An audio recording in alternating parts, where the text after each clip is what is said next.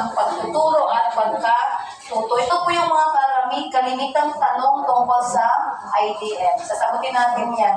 Siyempre, pag nagtanong, kailangan mayroong sagot. So, Republic Act 10533, Enhanced Basic Education Act of 2013, DO number 8, Policy Guidelines on Classroom Assessment for the K-12 Basic Education, DO number 42, ito po yung lesson planning. Na kung saan, nagkaroon tayo ng kalituhan kasi nung si Sarah pa ang ating kalihim, iba yung kanyang parts ng lesson plan. Ilan yung parts ng lesson plan sa matatag curriculum? 4 na lang, di ba?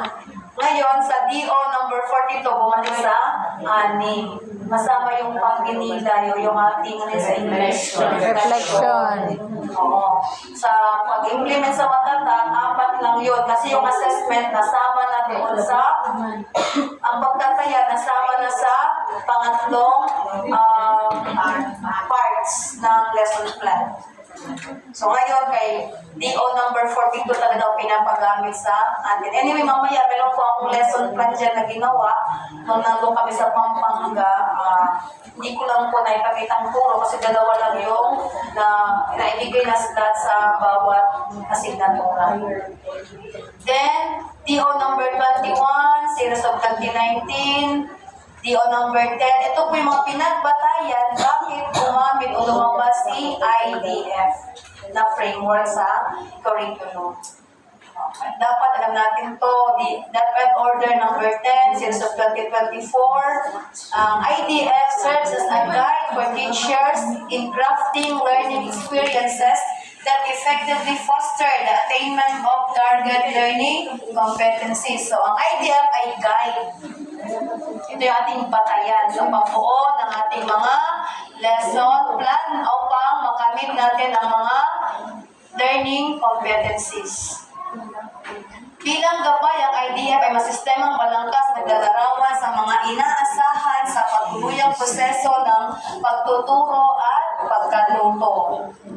Sige, pasadahan ko lang na pinapahalagan dito ang mga mag-aaral bilang sentrong tagatanggap ng holistikong pagtuturo at pagkatuto. Yan, nasa sentro si learner. Ano ibig sabihin po ng holistikong pagtuturo? Holistic. Isabihin buo. Paano mo masabing buo? Hindi kulang, hindi kinulang. Paano ba magturo? Paano ba malinang si learner ng holistic? Paano tayo nagtuturo ng holistic ko po? Ha? Na-apply na? Ano pa? Masabing holistic yung teaching or learning na nangyari. Na-apply na na? Naintindihan ng mga bata? Yes, ma'am? Na-master na ng mga bata ang competency. Ano pa? Holistic. Alam natin yung holistic. O sige, paano ipapaliwanag yung holistic kung pagtuturo at pagkatuto? Hindi na may paliwanag. Hindi ka po na mga speaker mo. Nagandang function. Na mental block namin, ma'am. Yes, ma'am. Ang yung buong pagkatao. O buong pagkatao nga ba, paano siya nasabi na holistic yung pagtuturo at pagkatuto? Pagkatao ng bata ay nandiyan siya sa kanyang pagturo ng puro na hindi lamang ang kaalaman, kundi ang puso, Yes, very social, ang kanyang Very good. Thank you, ma'am. Yun ang ibig sabihin ng holistic. Hindi lang kay dito lang ang ating pupukusan sa paaralan o sa ating mga activities. Puro lang ito. Wala si damdamin. Wala si pagkilos. tayong ngayon sa Integration, yun.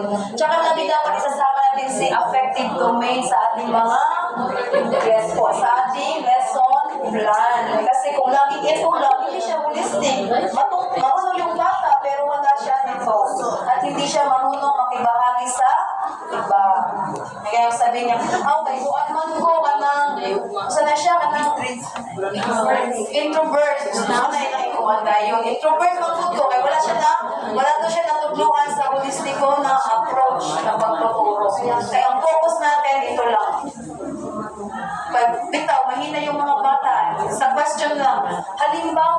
ikaw ang nasa kalagayan, pangunahing tauhan, ano yung mararamdaman?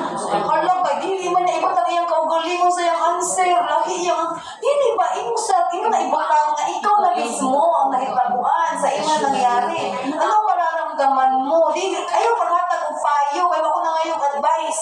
Ako lang ang mga bata kay pag affected na, mahina talaga sila. Hindi nila kayang mag-express ng kanilang damdamin. Dis-expressing man ang dali lang sila mag-suicide.